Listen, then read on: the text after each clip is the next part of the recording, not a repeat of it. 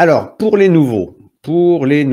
ceux et celles et ceux qui arrivent, en fait, le but de l'instant sagesse part du principe que si on est bien avec soi-même, notre animal sera mieux avec lui-même et donc il tombera moins malade. Ça paraît tout bête. J'en parlais ce soir avec mon fils. Il me dit: «Ah bon, mais t'es sûr de ça?» Ah oui, oui, oui, j'en ai encore eu une personne aujourd'hui où elle me parle de l'hyperthyroïdie de son chat et puis elle me dit: «Ah mais vous auriez pas quelque chose pour moi parce que, ouais, moi je suis méga stressé, puis ça se passe pas bien dans ma vie et cetera et cetera». Donc vous voyez? Bon, bah, voilà. Ça veut pas dire que le maître est la cause, mais il y a une résonance entre les éléments et les personnages de la tribu. Voilà, c'est ce que ça veut dire.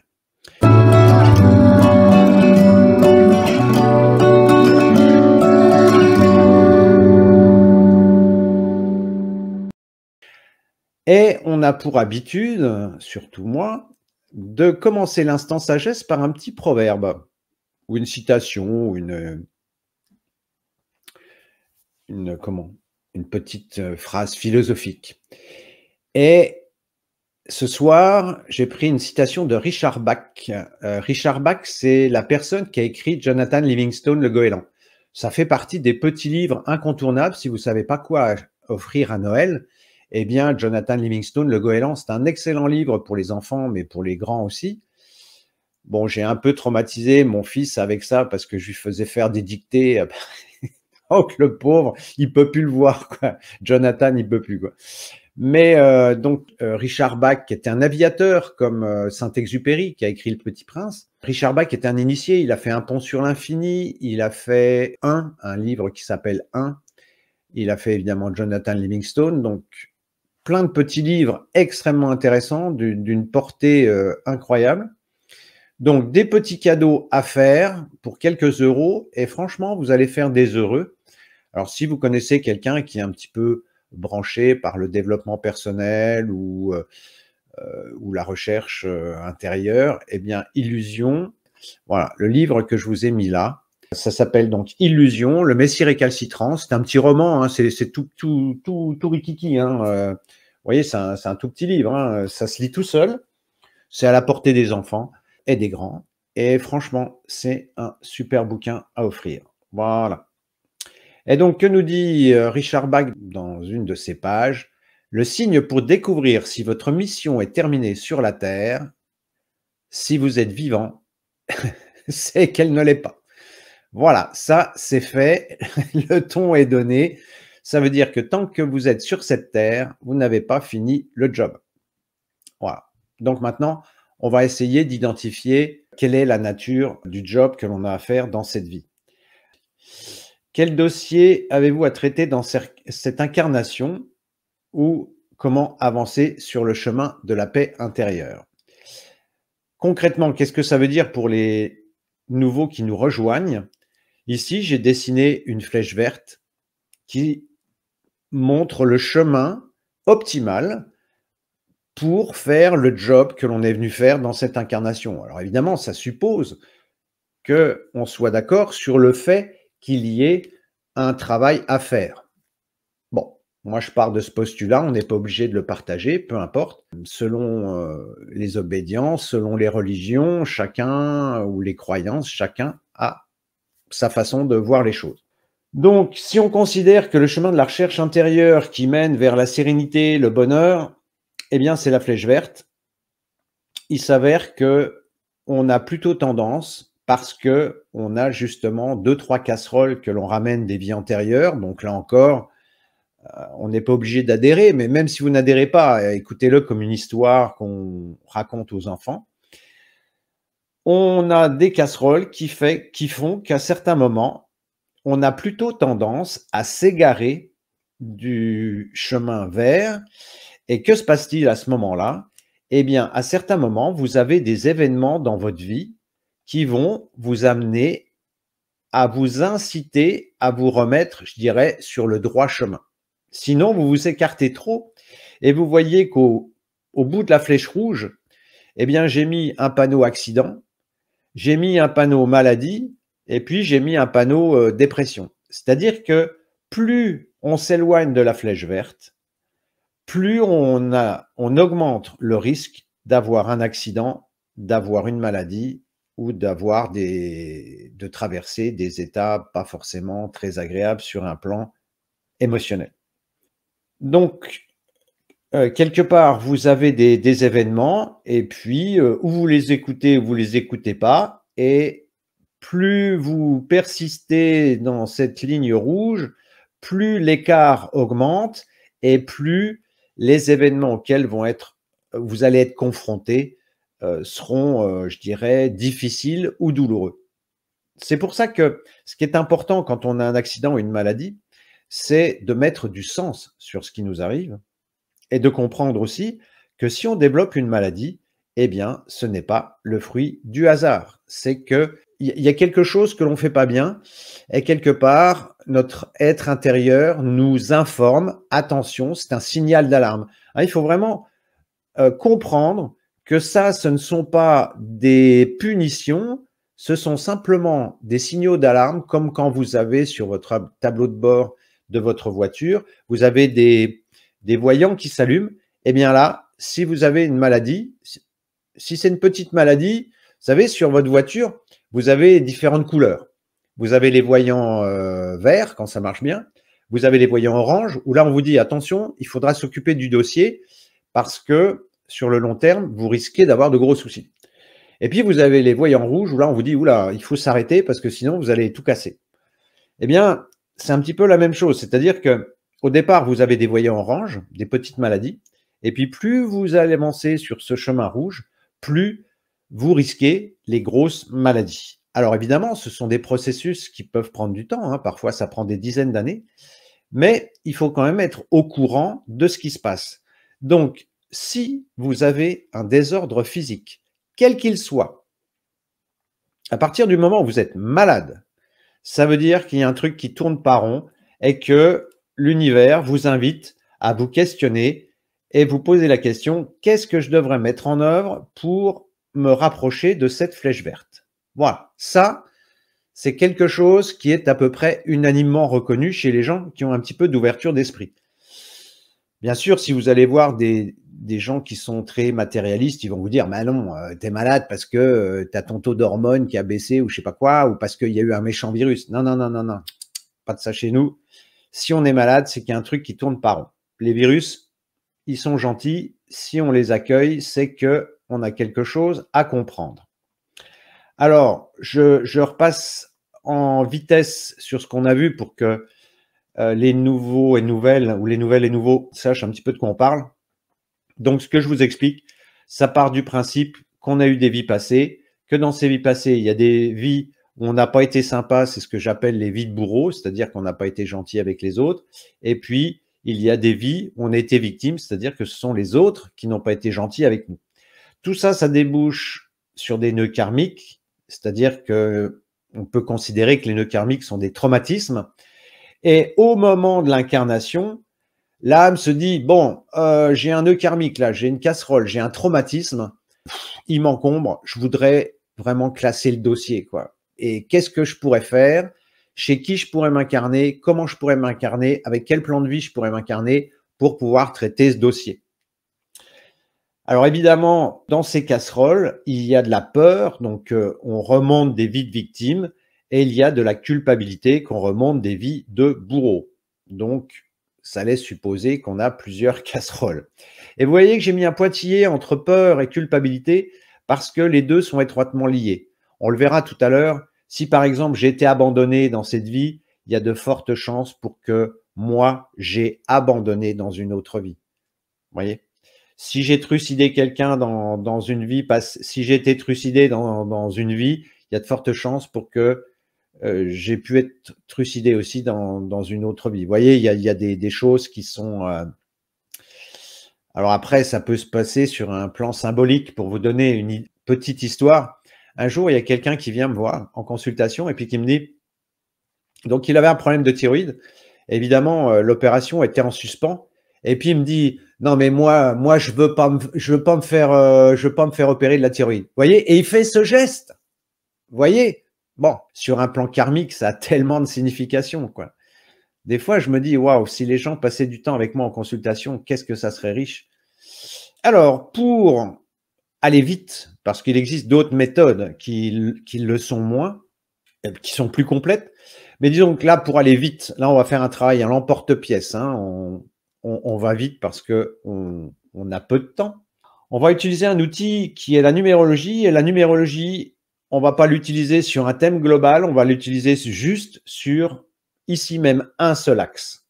Donc en fait, vous avez ici, vous avez une méthode, c'est-à-dire que vous allez mettre votre date de naissance, hein, le jour, le mois, l'année, vous allez faire une addition, vous essayez de ne pas faire d'erreur de calcul, pas comme moi, et puis vous arrivez à un nombre. Ça, c'est ce qu'on appelle l'année majeure. En général, c'est une année qui est un petit peu charnière dans la vie de quelqu'un.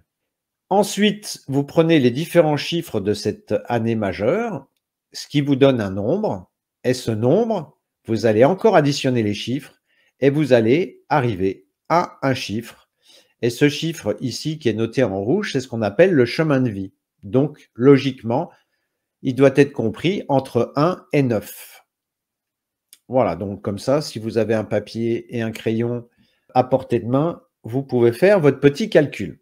Hop, donc maintenant que vous avez fait votre calcul, vous pouvez même utiliser la calculette, ça marche aussi. On avait vu dans une de nos vidéos précédentes que à chaque chemin de vie correspondait un karma et puis un dossier à traiter. Donc, ce que je vous propose, c'est de reprendre un petit peu ces différents chemins de vie, de les détailler. C'est-à-dire que là, je vous ai dit, le chemin de vie 1, on va commencer par le 1. Je voulais les tirer au sort et puis je me suis dit, oh, tant pis pour les 9, ils passeront encore en dernier. Alors, Valérie dit, maître nombre, on ne réduit pas. Si réduisez, on en parlera quand on ira un petit peu plus loin, parce que c'est bien d'avoir un maître nombre, mais l'expérience montre que peu de gens le vivent côté maître. Donc, avant de le vivre dans le maître, alors ce qu'on appelle maître nombre, c'est 11, 22, 33. Hein, par exemple, notre ami Bill Gates, sauf erreur de ma part, a du 22. On en parlera. Donc, j'en viens au 1. Retrouver la juste estime de soi, mais le 1, il a un karma, alors à l'estime de soi, certes, mais surtout à l'autorité. C'est-à-dire que le karma à l'autorité, ça veut dire que dans certaines vies, il a subi l'autorité, donc quand il était plutôt victime, et dans les vies de bourreau, il a plutôt été autoritaire, donc il a abusé de son autorité. Alors, en attendant que tout le monde fasse ses calculs, je vous ai sélectionné 2 livres. Il y a La liberté d'être d'Annie Marquet, dont je vous ai déjà parlé. Visiblement, il est épuisé, c'est un peu compliqué pour le trouver, mais parfois, avec un petit peu de chance, on arrive à le trouver d'occasion.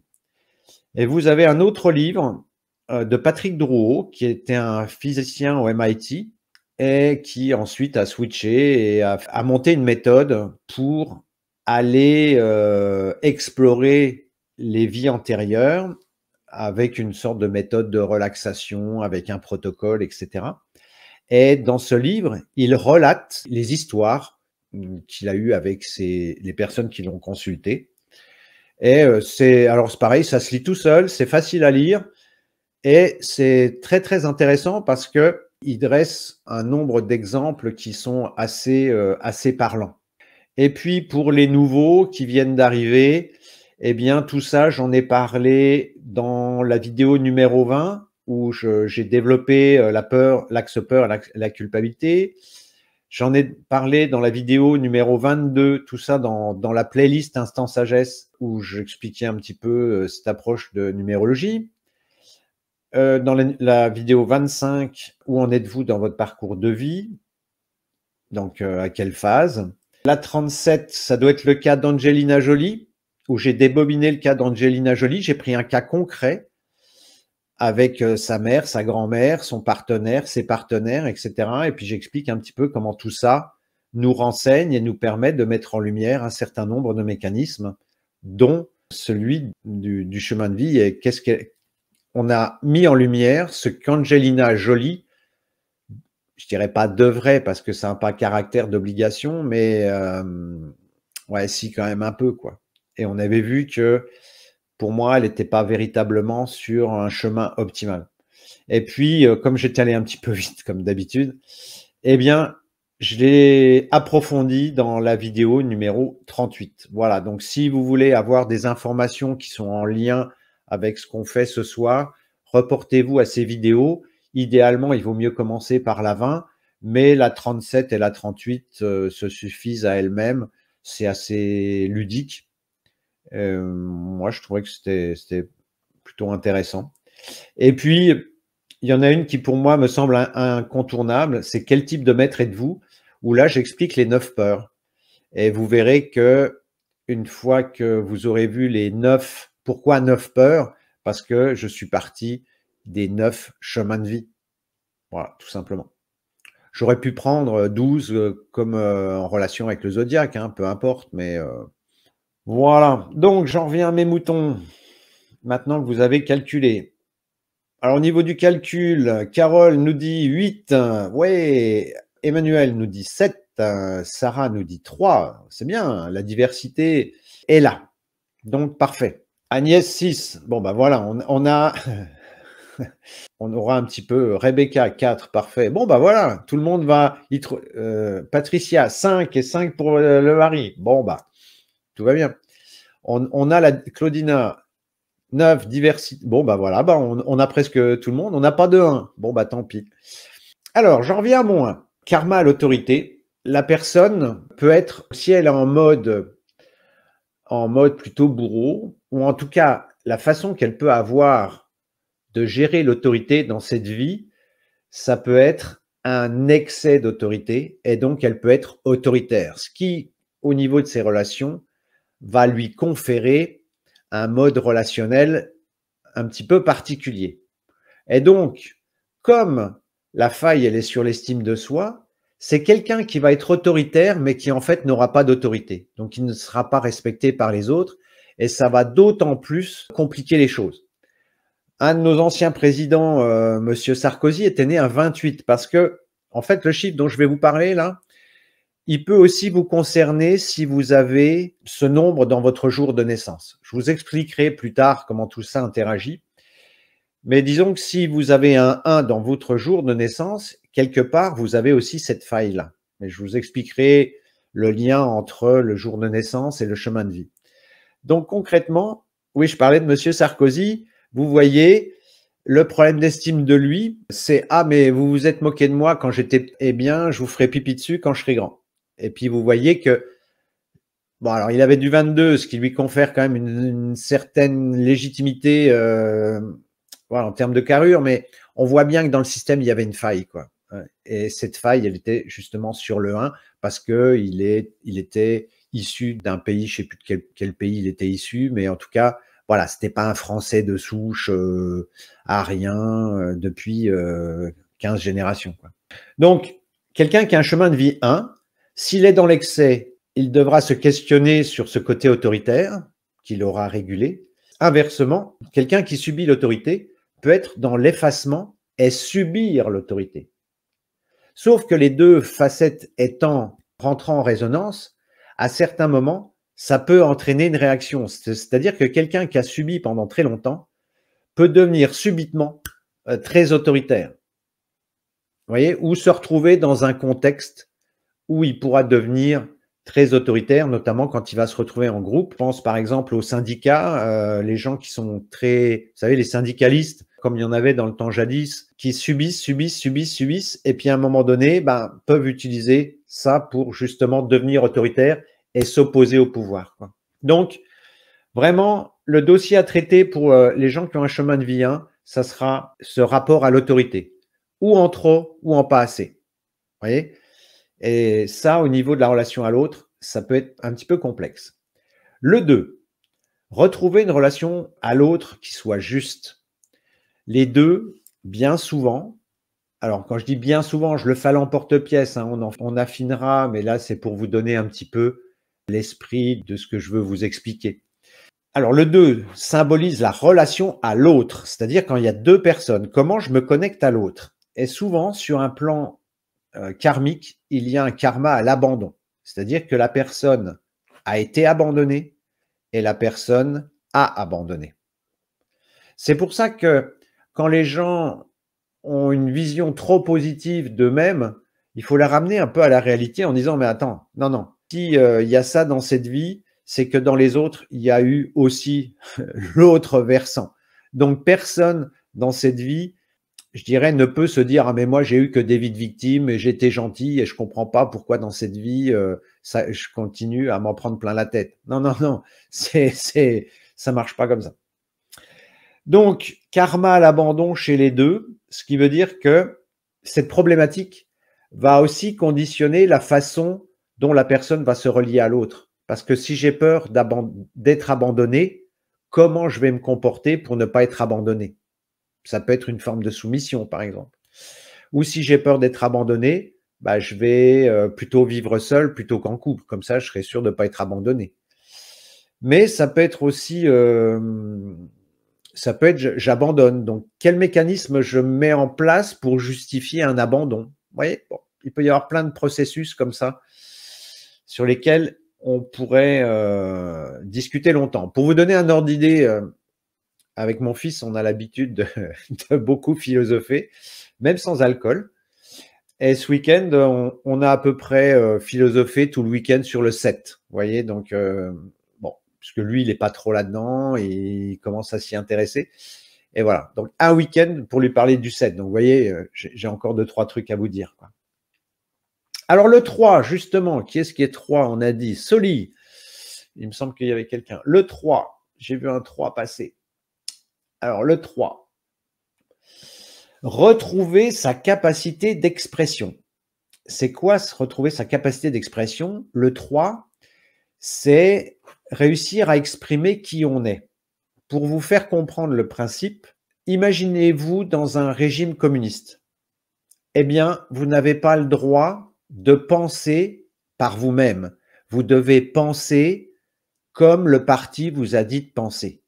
Vous n'avez pas le droit de dire ça c'est bien ou ça c'est pas bien. Si vous avez vu le film La vie des autres, vous devez voir un petit peu ce que je veux dire. Moi qui interviens beaucoup à Prague, eh bien, ça c'est quelque chose que quand les Tchèques me parlent de l'ancien régime, je peux vous assurer que ça a du sens. C'est pour ça que les gens qui sont à l'origine de l'université de médecine chinoise à Prague ont commencé sous le régime communiste par un groupe de diététique. Parce que pour faire de la diététique, ils avaient le droit de se réunir, mais pas pour autre chose. Vous voyez, donc, le 3, sa grosse difficulté, ça va être de retrouver sa capacité d'expression parce que il a vécu dans des régimes totalitaires. Alors, ça peut être politique. Vous avez vécu dans l'ex-Allemagne de l'Est où on vous a dit ce que vous deviez penser. Voilà. Mais ça peut être aussi avec un père, par exemple, complètement un dictateur, et vous n'avez pas le droit d'exprimer qui vous êtes. Voyez? Donc, je dirais le 3, il a à oser être, oser dire ce qu'il pense, ce qu'il est, parce que dans ses croyances, si il dit ou il montre ce qu'il est, il a peur, en fait, de se retrouver en prison ou d'être torturé ou je ne sais quoi, de se retrouver au goulag. Voilà. Donc, les gens qui ont du 3 ont souvent vécu dans un régime totalitaire et inversement, dans les vies de bourreaux, ils ont fait partie de ce régime totalitaire. Donc, ils ont empêché les autres de s'exprimer. Ils les ont obligés à se conformer à une façon de penser. Voilà. Dans un régime totalitaire, bah, vous le voyez en ce moment avec la censure, typiquement. Typiquement avec la censure, je ne sais pas si je vais me faire striker, ça, je ne sais pas si je vais me faire striker rien qu'en utilisant ce terme, mais vous voyez qu'actuellement, vous avez des mots, si vous les utilisez dans une vidéo, vous vous faites striker. C'est clair. Donc, vous voyez que, quelque part, moi, là, dans cette vidéo, je ne peux pas dire ce que je veux. Vous voyez, bah ça, on est typiquement dans du 3. Alors, dans le 3 aussi, il y a un karma aux enfants, mais on en reparlera plus tard, quoi. Il y a vraiment cette idée d'expression qui est importante. Alors, le 4. Le 4, alors, tout à l'heure, quelqu'un a évoqué les nombres maîtres. Effectivement, ici, le 2 peut venir d'un 11. ce qu'on appelle le sous-nombre.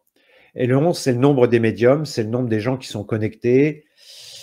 Et on ne peut passer au 11 que quand on a harmonisé le 2. C'est-à-dire qu'on peut se brancher sur le cosmos que quand la relation à l'autre est paisible, c'est-à-dire qu'elle ne nous prend plus la tête. Exprimé autrement, c'est comme si vous vouliez faire de la méditation alors que vous avez faim. Pendant que vous pensez à votre ventre qui gargouille, vous ne pouvez pas méditer. Eh bien, là, c'est la même chose. Si vous essayez de vous brancher, d'avoir l'outline, de vous mettre en position de médium, de récupérer des informations de l'au-delà, si vous êtes en train de vous prendre la tête avec le couple, soit parce que l'autre est là et qui vous prend la tête, soit parce qu'il n'est pas là et ça vous prend la tête parce qu'il n'est pas là, bon, de toute façon, la connexion au cosmos va être parasitée. Voilà. Idem pour le 4. Idem pour le 4. Le 4 peut être en relation avec un sous-nombre qui est le 22. Le 4, retrouver sa sécurité intérieure. Donc, retrouver sa sécurité intérieure, dans le 4, ça symbolise le foyer, ça peut symboliser aussi l'enfermement, mais ça symbolise surtout la famille. Et les gens qui ont un chemin de vie 4, eh bien, ont quelque chose à travailler par rapport à la famille. Et souvent, surtout si ça vient d'un 22, la famille a souvent explosé, justement pour les obliger à aller vers le 22, qui est de trouver sa famille d'âme, alors que quand on reste dans du 4, on cherche la sécurité. Les gens qui sont dans du 4 aiment les choses sécurisantes, les choses qu'on peut anticiper, les choses qu'on peut prévoir. Ce sont des personnes qui aiment la sécurité. Donc, soit c'est des gens qui vont être complètement, je dirais, vous savez, le côté un peu nomade, le côté un peu peu importe la sécurité, ils font n'importe quoi dans leur vie, peu importe ce qui se passera demain, ils font pas attention à leur argent, pas attention, hop, ils y vont comme ça. Ou alors, ça donne des gens hyper dans la sécurité et, donc des gens qui vont aimer ce qui est prévisible. Hein, vous trouvez beaucoup de comptables qui ont des énergies 4 parce que voilà, il y a des cases, on met des chiffres dans des cases, ça au moins, il n'y a pas d'émotionnel, il n'y a pas de surprise, on sait où on en est. Pour avoir eu une réunion hier avec mon comptable, si vous avez envie de rigoler, c'est pas là-bas qu'il faut aller, c'est clair. Parce que plus on va dans la sécurité, moins on va dans le fun. Donc les gens qui ont du 4 ont quelque part à se libérer de ce besoin de sécurité de la famille. S'ils sont enfermés dans la sécurité, et si ils sont dans une forme de, je cherche le mot, je le trouve pas, de légèreté, enfin, vous savez, les gens qui oublient de payer leurs factures, qui vivent un petit peu comme ça au jour le jour. Voilà, ils sont complètement déconnectés de la réalité. Bah là, il va falloir mettre de la structure. Et en fait, si votre 4 vient d'un 22, souvent, la famille explose pour inciter à aller vers le 22, c'est-à-dire lâcher la sécurité de la famille pour aller vers le 22 qui est de trouver sa famille d'âme. Parce que les gens qui ont du 22, c'est pour ça qu'on appelle ça un nombre maître, ce sont des gens qui sont venus pour changer les règles de ce monde, changer les lois. Hein. Dans le 4, c'est aussi le symbole de la loi. Donc les gens qui ont du 22, Philippe Guillemont, par exemple, a du 22. Vous voyez, il travaille dans l'informatique. Bon, ça, c'est autre chose qui a un lien avec du 22 aussi. Mais, et surtout, à travers toute son œuvre, on va dire, eh bien, il cherche à transformer le monde, puisqu'il est en train d'essayer de nous apporter des éléments pour qu'on puisse faire évoluer notre paradigme. Ensuite, le 5.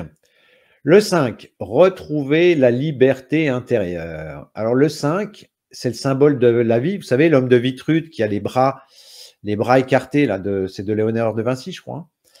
Le 5, ça représente la vie, le plaisir, et ça représente aussi la liberté. Donc, souvent, les gens qui ont du 5 ont karma à la liberté. Alors, cette liberté, c'est surtout la liberté intérieure qu'il faut trouver quand on a du 5.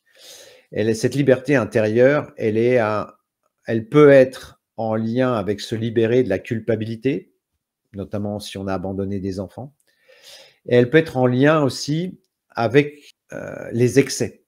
les excès qui ont amené, par un manque de structure, par un manque de discipline personnelle, des excès qui nous ont amenés à la mort. Par exemple, vous avez trop bu, vous avez une cirrhose, vous avez trop mangé, vous êtes obèse, etc., etc. Donc, c'est quelque chose, donc cette liberté, c'est un gros dossier chez le 5. Et cette liberté, dans son aspect, je dirais, négatif, sur l'axe peur, peut avoir en lien avec la fuite. Donc, en fait, les gens qui ont du 5 peuvent s'organiser pour toujours avoir une porte de sortie ou toujours avoir un plan B pour pouvoir s'extraire parce qu'il y a toujours cette peur qui est là. Je sais pas, un petit peu comme si vous disiez, dans l'histoire de votre âme, vous avez un jour été, des brigands sont arrivés ou des nazis sont venus pour vous emmener. Et donc, comme vous n'aviez pas de porte de sortie, voilà, vous étiez coincé. Eh bien, après, dans cette vie-là, si vous construisez votre maison, il y aura toujours 2 portes, vous voyez, pour que vous puissiez vous enfuir. Ça c'est l'axe peur.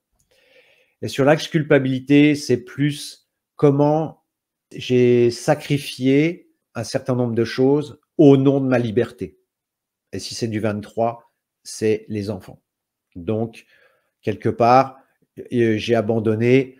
Imaginez par exemple Christophe Colomb qui vient vous voir, qui vous dit tiens, ça vous dirait d'aller découvrir l'Amérique? Ah ouais, trop bien. Hop, vous partez, puis vous abandonnez vos enfants et vous avez complètement oublié que vous aviez des enfants. Bon. Ça peut être aussi pour des histoires de relations extra-conjugales. Donc bon, tous les coups sont permis, hein. Alors, dans tout ce que je vous dis, bien évidemment, il n'y a pas de jugement, parce que vous voyez qu'il n'y en a pas un qui est plus avancé que l'autre, ça c'est clair. Et pour avoir entendu des milliers d'histoires de vie dans mon cabinet, je peux vous assurer qu'il n'y a plus rien qui me choque, il n'y a plus rien qui m'étonne. Et voilà, faut faire avec, quoi, hein. On en est à peu près tous au même point. Voilà, une fois qu'on a compris ça, ça évite tout ce qui est jugement. Alors le 6, retrouver l'amour du genre humain. Ce qu'a à faire quelqu'un qui a un chemin de vie 6, c'est retrouver l'amour. Alors souvent, c'est des gens qui ont souhaité la mort pour abréger leur souffrance quand ils étaient en mode victime. Et ce sont des gens, évidemment, qui ont pu être des bourreaux au sens propre du terme, dans des vies passées. C'est intéressant de voir que vous avez beaucoup d'infirmières qui ont ce chemin de vie. Vous avez beaucoup de soignants qui sont dans ce chemin de vie. Est-ce que c'est c'est le chemin de vie du druide marseillais, par exemple? Est-ce que c'est pour rattraper quelque chose? Pour récupérer, vous voyez, on est thérapeute dans cette vie parce qu'on veut un peu récupérer un karma qui est un peu lourd. Voilà, donc retrouver l'amour du genre humain, c'est pas complètement simple parce que quand on a été torturé, comment est-ce qu'on peut aimer le genre humain? Voilà. Et quand on a torturé, comment on a pu faire ça? Si on a fait ça, c'est qu'on n'a pas aimé les gens. On ne peut pas aimer les gens pour les torturer, c'est pas possible. Donc vous voyez que le 6, ça a quelque chose de compliqué, pas plus que les autres, hein, mais parce que le 6, il aime bien ce qui est beau. Et en fait, la haine, la colère, c'est pas beau. Et la difficulté du 6, c'est de connecter à cette haine. Parce que là, chez le 6, vous voyez le professeur Raoult, c'est un gros roudoudou, et il continue parce qu'il a sa chaîne. Je veux dire, il tape dans le tas, quoi, hein, et il n'est pas là pour jouer, quoi. Et puis, vous voyez le stratège que ça peut être. Alors, Carole qui nous dit, ma fille chemin de vie 6, et elle est aide-soignante. Bon, ça marche pas à tous les coups comme ça, hein, mais c'est souvent, quoi. Disons que si vous trouvez une infirmière qui a un chemin de vie 6, c'est pas vraiment surprenant. Le médecin, lui, sera plutôt dans du 8 parce que c'est du pouvoir. Alors, le 7, retrouver le sens de la vie. Dans le 7, il y a la croyance, il y a la foi, il y a la spiritualité, il y a la connaissance. Et en fait, souvent, quelqu'un qui a un chemin de vie 7 a perdu la foi. Et c'est pour ça qu'il a souvent le syndrome de saint Thomas, c'est-à-dire je ne crois que ce que je vois. Et c'est pour ça que les personnes donnent dans la science, parce qu'en fait, à un moment donné, dans le cursus de leur âme, ils ont tout investi sur quelque chose de spirituel ou de religieux. Et puis, à un moment donné, ils se sont aperçus que, comme au casino où ils avaient tout mis sur la même case, et qu'en fait, ben non, c'était pas ce qu'ils pensaient. Donc tout le système s'écroule. Donc dans la vie d'après, ils disent: «Ouh là, je me suis fait avoir à aller vers des choses un petit peu, impalpables, à aller dans l'invisible. Je me suis fait avoir, donc dans cette vie-là, je ne m'appuierai que ce qui est observable, que ce qui est scientifique». Alors vous avez les vrais scientifiques qui font de la vraie science, comme notre druide marseillais, et puis vous avez des scientistes qui détournent un petit peu le truc au nom d'une cause, quoi. Mais il y a quand même, pour le 7, retrouver le sens de la vie. Pourquoi? Parce que ça renvoie à la mort. Donc c'est souvent des gens qui ont été ou qui sont confrontés à la mort d'une façon ou d'une autre, soit quand ils ont été ecclésiastiques ou soit quand ils ont été soignants. Vous voyez, c'est des gens qui sont confrontés à la mort parce que la mort, c'est l'inverse de la vie, quoi, en quelque sorte. Donc c'est souvent que les gens qui ont du 7, que ça soit dans leur jour de naissance ou dans leur chemin de vie, sont confrontés à des morts inhabituelles, enfin, ou prématurées. Moi, qui ai du 7 au quotidien, j'ai perdu mon père prématurément, j'ai perdu mon beau-frère prématurément, ma sœur s'est suicidée. Vous voyez, c'est des trucs qui sont pas normaux, ouais, des trucs qui sont pas normaux, quoi. Quelqu'un qui se suicide, c'est pas le cours des choses, quoi. Quand votre grand-mère décède à 103 ans, ça répond plus à quelque chose de naturel, quoi. Enfin, je dirais d'acceptable, bon, même si toutes les vies ont du sens, même si un enfant ne fait que passer, que je dirais, que passer sur Terre et qu'il y a un avortement, puisque vous savez que l'incarnation, elle a lieu au moment de la conception. Donc ça pose un problème philosophique. Ça questionne quand même beaucoup. J'ai pas de jugement, pas de réponse. C'est pour ça que les Chinois comptent. Quand ils comptent l'âge d'un enfant, ils comptent depuis la conception, pas depuis la naissance. Alors oui, j'ai peut-être pas été suffisamment clair sur le 7. Le 7, donc, vraiment un dossier sur la mort et donc sur la vie, puisqu'on organise sa vie en fonction de la conception qu'on a de la mort. Et puis sur je ne crois que ce que je vois, donc vraiment ne pas s'enfermer dans la science, ne pas s'enfermer dans la connaissance, un petit peu comme Philippe Guillemont le fait, c'est-à-dire qu'on peut être scientifique et être ouvert à des choses dites inexpliquées. Voilà. Gardez toujours le cœur ouvert. Le 8, retrouver une juste utilisation de sa puissance. Le 8, c'est un nombre qui est en relation avec le pouvoir. Donc souvent, ce sont des gens qui ont abusé de leur pouvoir. Alors, un statut social. Il y a beaucoup de... C'est souvent des gens qui ont trafiqué dans les vies passées. Vous voyez, un peu ambiance Bernard Tapie, quoi. Donc des trafics, et sont des gens qui, lorsqu'ils sont dans l'excès d'énergie 8, ont tendance à vouloir faire leur loi. C'est-à-dire que, OK, le fisc me dit de faire ça, mais moi, non, je n'ai pas envie de faire ça, donc je vais contourner le fisc. Jusqu'au jour où vous vous faites rattraper. C'est ce qui s'est passé avec Bernard Tapie. Donc le 8, quand il est vraiment dans du 8, il est dans l'excès de pouvoir. Alors ça peut donner un despote. Vous en avez beaucoup dans les hôpitaux, justement. Vous imaginez les 6 qui sont des gros roudoudous, qui essayent de donner de l'amour aux gens parce qu'ils donnent ce qu'ils auraient envie de recevoir, avec des 8 qui sont dans le pouvoir. Vous voyez, vous comprenez mieux la relation médecin-infirmière. La caricature du médecin qui se la pète, et je dis pas que tous les médecins sont comme ça, j'ai des potes médecins, c'est pas ça. Mais la caricature, vous voyez, du ponte qui arrive dans la chambre d'hôpital avec les étudiants derrière et puis les infirmières qui sont obligées d'obtempérer. Voilà, on est dans ce type de caricature. Donc dans le 8, il y a cette mauvaise utilisation du pouvoir, et évidemment, dans le 8 côté victime, ben, c'est la personne qui n'arrive pas à connecter à sa puissance, donc qui n'arrive pas à mettre en œuvre son pouvoir, et puis qui fait l'objet de harcèlement. Vous voyez, ça c'est typique des gens qui sont harcelés par un chef de service, par exemple. Voilà, typiquement. Et là où c'est intéressant, et c'est là où il faut que vous vous posiez des questions, c'est que par exemple, alors, il faut prendre beaucoup de recul, beaucoup de pincettes, on se calme, on respire à fond, et on y va doucement. Quand une personne a subi un harcèlement, elle peut se dire: ouais, l'autre, il n'est pas gentil avec moi, moi je suis la victime et je vais aller au tribunal pour me défendre. Ouais, ok. Sur un plan terrestre, ça a du sens. Mais là où moi, ce que je vous invite à faire, c'est à dépasser ça, à changer de plan et puis se dire: «Ouais, mais en fait, cette personne, elle me renvoie ce que j'ai été dans une autre vie». Et en fait, le harcelé et le harceleur ne sont qu'une 2 faces d'une même réalité. Et ce qu'on vous demande dans cette vie, c'est de comprendre ce que sont les 2 faces de cette réalité pour comprendre ce qu'est cette réalité du 8. Voyez? Donc, même quand on est en situation de victime, même quand on subit des choses qui sont désagréables, on peut se dire: «Waouh, c'est pas juste» et se mettre en mode victime. Alors que si on se dit: «Ah, mais là, je suis en face d'un chef de service qui est odieux, qui me harcèle, qui me pourrit la vie», bah ouais, mais et si moi j'avais été ça dans une vie passée? Et vous verrez qu'une fois que vous déplombez la problématique, bah soit vous changez de job, vous changez de service, soit le harceleur dégage. Je l'ai vu des dizaines de fois ça. Alors il y a Aurélie qui dit: «Je suis 8 et j'en ai fait subi du harcèlement moral au travail». Voilà.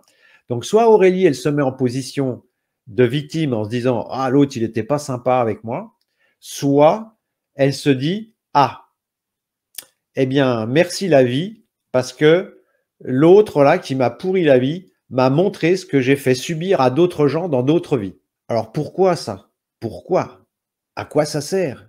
Eh bien, ça veut dire que si vous arrivez à pardonner à ce harceleur, vous allez réussir à vous pardonner à vous. Parce que quand on sait tout ce qu'on a fait, vous voulez que je vous dise un truc?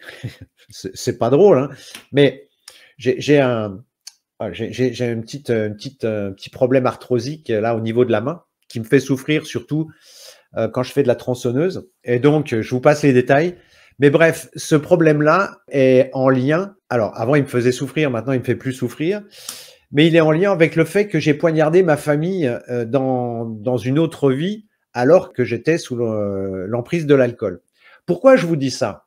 Parce qu'il n'y en a pas un qui est mieux que l'autre. On a tous fait des choses horribles, on a tous vécu des choses horribles. Une fois qu'on a calé ça, qu'on a compris ça, on remet les compteurs à zéro et ça se passe beaucoup mieux. Donc, Aurélie, elle pourrait se dire: «Ouais, j'ai vraiment pas de chance, vous savez, mode Calimero et tout». Non, c'est juste qu'il faut qu'elle accueille le fait que dans d'autres vies, elle n'a pas forcément été sympa. Et c'est vrai pour tous les nombres, tous les nombres. Il n'y a pas une seule exception. Alors après, d'accord, entre torturer quelqu'un et arracher les ailes d'une mouche, il y a peut-être une différence. Mais bon, en général, c'est pas très reluisant, hein, c'est pas très reluisant. Alors Aurélie nous dit: «C'était le cas à l'époque, je me suis positionné en victime, mais suite à ça, je suis tombé malade et les choses ont changé. Je ne me vois plus en victime». Voilà. Bah, la guérison spirituelle, c'est ça. C'est-à-dire, c'est mettre du sens sur ce qui nous arrive. Tant qu'on reste en mode victime, on peut pas faire évoluer les choses. Par contre, si on se dit: «Ah, l'autre me rend service parce qu'il me renseigne sur ce que j'ai été», eh bien, c'est là où on peut commencer à faire un travail intérieur. Alors, j'ai gardé le 9 pour la fin. Le meilleur, parce que c'est mon chemin de vie. Donc le 9, retrouver l'intégrité et la tolérance. Pourquoi retrouver l'intégrité et la tolérance? Parce que le 9, en fait, bah, c'est un peu le karma du gourou et dans sa version caricature, c'est celui qui va vous faire des cours sur le comment être végétarien et qui va se relever la nuit pour manger du saucisson dans le frigo. Ouais, c'est faites ce que je dis, mais ne faites pas ce que je fais. C'est-à-dire que vous avez l'impression que c'est un modèle, alors qu'en fait, non, il est comme les autres, mais par contre, il se pose en modèle. Donc retrouver l'intégrité, ça qu'est-ce que ça veut dire? Ça veut dire que c'est aligner ce que vous dites avec ce que vous êtes. Et la tolérance? Bah, la tolérance parce que dans le 9, il y a toute cette relation avec l'esprit. Vous voyez, un gourou, il va chercher à imposer son mode de fonctionnement, son paradigme, son mode de pensée. Et si vous n'adhérez pas à ça, vous êtes classé dans les cons. Voilà, c'est ce que j'appelle l'intolérance. Et donc, le travail qu'a à faire le 9, c'est de retrouver l'intégrité, c'est-à-dire être aligné entre ce qu'il dit et ce qu'il est, et puis réussir à accueillir, dans une ambiance bon enfant, les gens qui ne pensent pas comme lui. Poussé à l'extrême, le 9, ça donne de l'intégrisme. En mode culpabilité, les gens qui ont du 9 ont souvent été des intégristes. genre inquisition, genre des intégristes comme on peut en voir, mais vous avez aussi des intégristes, on en a vu aussi durant la crise sanitaire, où on a des gens qui sont allés très loin dans l'affirmation de leurs idées. De toute façon, si vous prenez pas la soupe, on va vous enfermer ou on vous regardera mourir. Vous voyez, ça, c'est typique du neuf dans sa version culpabilité, dans sa version bourreau. Et le neuf dans sa version, je dirais, peur victime, c'est la personne qui est tellement tournée vers les autres qu'elle s'oublie elle-même. Voilà. Et donc, il arrive un moment où elle pète les plombs parce qu'elle s'est complètement oubliée. Mais ce sont des gens qui sont capables, vous savez, ils donnent, ils donnent, ils donnent, ils donnent, et puis si vous refusez, ils vont vous engueuler parce qu'ils veulent absolument vous donner. Mais en fait, ils s'occupent des autres pour pas s'occuper d'eux-mêmes. Donc, il arrive un moment où de toute façon, ça les rattrape. Voilà. Voilà, donc on a fait le tour des 9 chemins de vie. Donc, la morale de l'histoire, c'est qu'il n'y en a pas un qui est mieux que l'autre. Si on est incarné, comme le disait Richard Bach, c'est qu'on a un job à faire. Tant qu'on est là, c'est qu'on n'a pas complètement traité le dossier. Puis de toute façon, quand bien même on l'aurait traité complètement, c'est qu'une fois qu'on l'a traité complètement, ça veut dire qu'on est libéré de notre ego. Et si on est libéré de notre ego, on peut aller véritablement dans le neuf, c'est-à-dire dans l'altruisme, c'est-à-dire aider les autres sans rien en attendre. Alors que le neuf, c'est un faux altruiste. Enfin, le neuf non transformé, hein, bien évidemment. Faut bien que je défende ma crèmerie. Donc, l'important, c'est de mettre du sens sur ce qui vous arrive. Alors, évidemment, là, je vous ai brossé un tableau en 1 heure. Je pourrais développer. Et ensuite, on peut aller vers les sous-nombres. C'est ce que j'ai fait avec Angelina Jolie. Et après, on peut aller chercher avec la généalogie, etc. Et là, on obtient des subtilités parce que je vous ai dit, c'est quand même assez grossier, même si ça permet, si vous faites déjà le lien entre les énergies que vous avez dans votre quotidien, c'est-à-dire avec votre jour de naissance et le chemin de vie, ça doit déjà commencer à déclencher quelques questions. Et si vous ne comprenez pas, ça veut dire que le truc qui vous échappe, il faut creuser, il faut réfléchir. Voilà, j'espère vous avoir éclairé ce soir à propos d'un certain nombre de mécanismes. Alors, pourrez-vous nous expliquer pourquoi un chien vole des aliments alors qu'on est bien attentionné? Attention, avec l'animal, il ne faut pas faire de l'anthropomorphisme, hein. Là, on est sur un problème de comportement. Moi, quand je parle de choses objectives, c'est des maladies. C'est-à-dire que l'animal, lui, en termes de comportement, il se comporte comme un chien.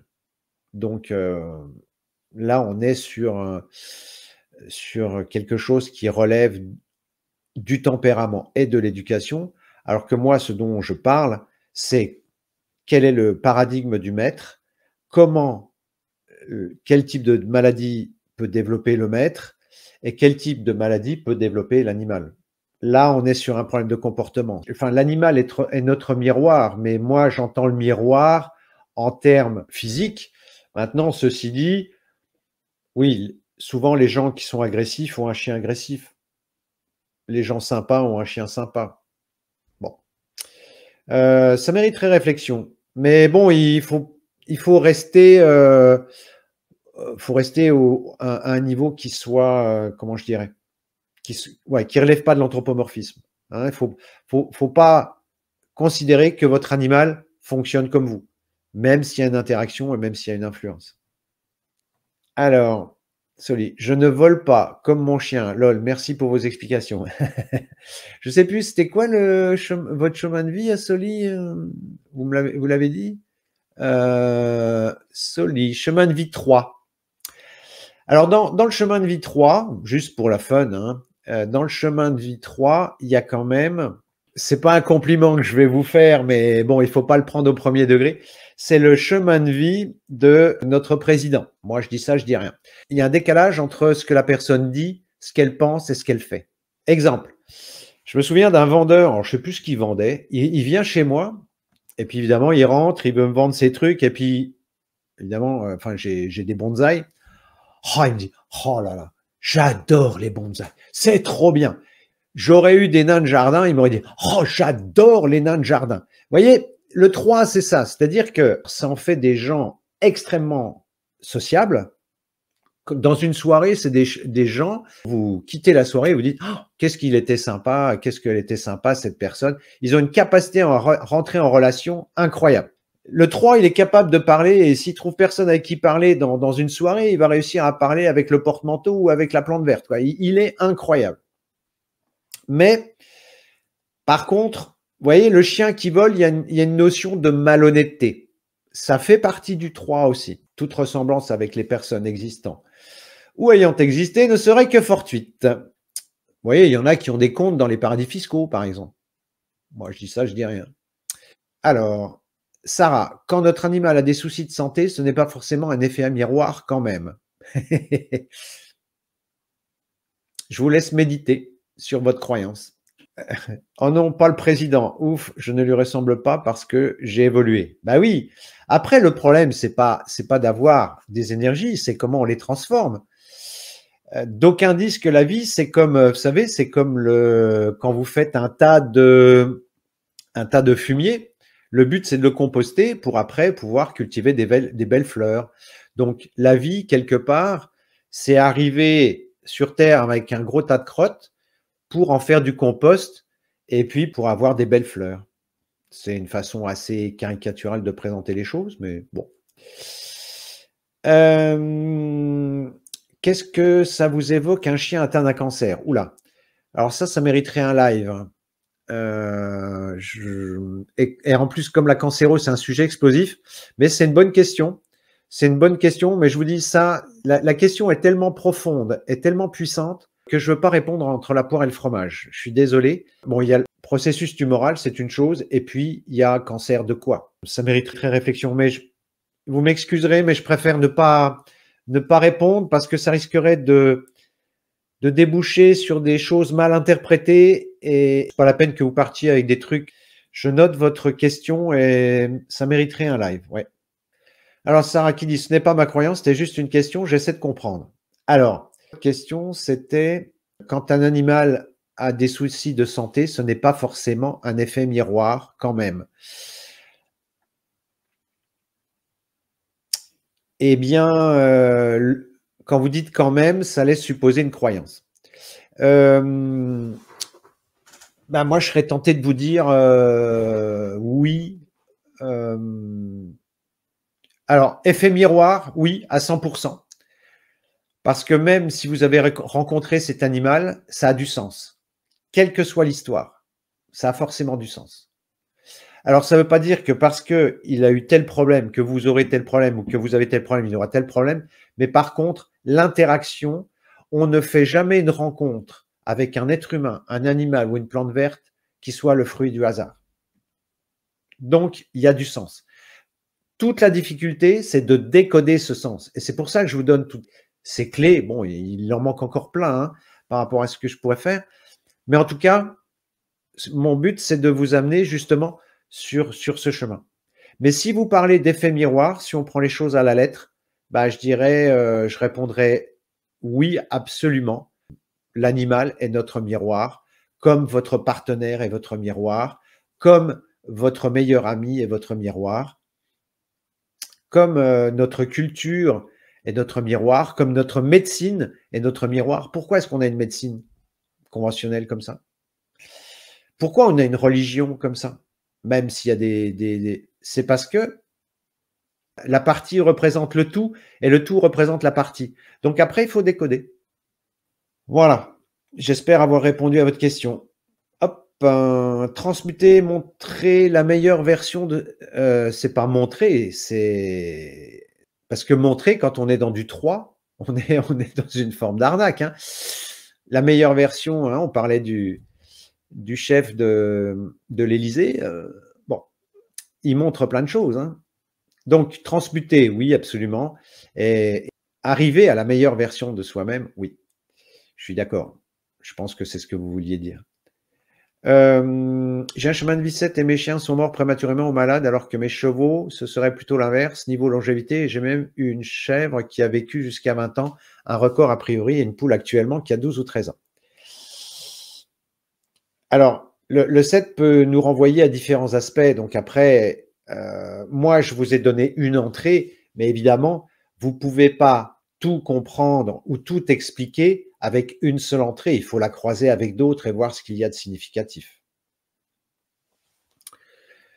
Que pense Philippe Guillemant sur l'effet miroir du maître et de son animal? Sauf erreur, il n'a jamais abordé ce thème-là, mais je pense que il est, dans la mesure où on crée son futur, forcément, les événements qui vous arrivent, c'est vous qui les créez. Donc, il y a forcément, ça rejoint, là, il faudrait écouter mes premiers lives sur l'instant sagesse, c'est-à-dire que, en fait, ce qui crée votre futur, tant qu'on n'a pas atteint un certain niveau de conscience, ce qui crée notre futur, c'est notre inconscient. Donc, ce qu'on appelle aussi le mental inférieur, ou ce que j'appelle aussi les croyances et pensées et peur et culpabilité. En substance, ça veut dire quoi? Ça veut dire que si vous avez peur d'être abandonné, eh bien, vous allez créer des conditions qui vont faire que vous allez, tôt ou tard, vous confronter à une situation où vous allez être abandonné. Et vous dites, je ne comprends pas, j'ai tout fait pour ne pas être abandonné. Oui, mais vous avez créé un futur qui, votre inconscient ou votre mental inférieur a créé un futur qui vous amène à vous confronter à une situation pour vous conforter dans votre croyance. Et toute l'astuce, c'est de sortir de ce système pervers. Et l'évolution spirituelle, c'est ça. La guérison spirituelle, c'est ça. C'est sortir, c'est assainir son émotionnel, c'est assainir son mental inférieur pour que ce soit le mental supérieur qui crée, qui programme le futur de façon à ce qu'il nous arrive des choses plus constructives, enfin pas plus constructives, mais plus sympas, quoi, plus agréables. Alors, Patricien, je suis chemin de V8, mais tous les chemins me parlent, bien sûr, parce qu'on a toutes les énergies à développer. Il y a un ou deux dossiers qui sont plus prégnants, mais on a tous les dossiers à travailler, bien sûr. Ouais. Et mon cheval à la pierre au plasmose chronique, est-ce exploitable comme maladie par rapport au karma? Oui, allez voir ma vidéo sur la pyro. J'explique que c'est un problème la pyro, c'est un problème de sang. C'est se faire du mauvais sang. Moi aussi, j'ai adopté un chien déjà malade, mais il s'est stabilisé depuis 7 ans que je l'ai adopté. Bah oui, peut-être parce qu'il était malade, parce qu'il était en relation avec quelqu'un qui a... voilà, il était en interaction avec quelqu'un qui était malade. À partir du moment où vous le changez de système et qu'il est branché sur d'autres énergies, ça peut changer la donne. Bon, eh ben écoutez, effectivement, je pourrais vous parler de tout un tas de choses pendant des heures, mais on aura l'occasion d'en reparler. Et puis, je vous remercie pour votre participation, pour votre présence, pour votre patience. Donc, merci à toutes et tous. C'est toujours un plaisir de vous savoir là et de partager avec vous. Merci encore et à très bientôt. Et pour finir, merci de mettre un pouce en l'air et de vous abonner, c'est ce qui nous aide le plus à promouvoir la chaîne. Merci et à très bientôt pour une nouvelle vidéo.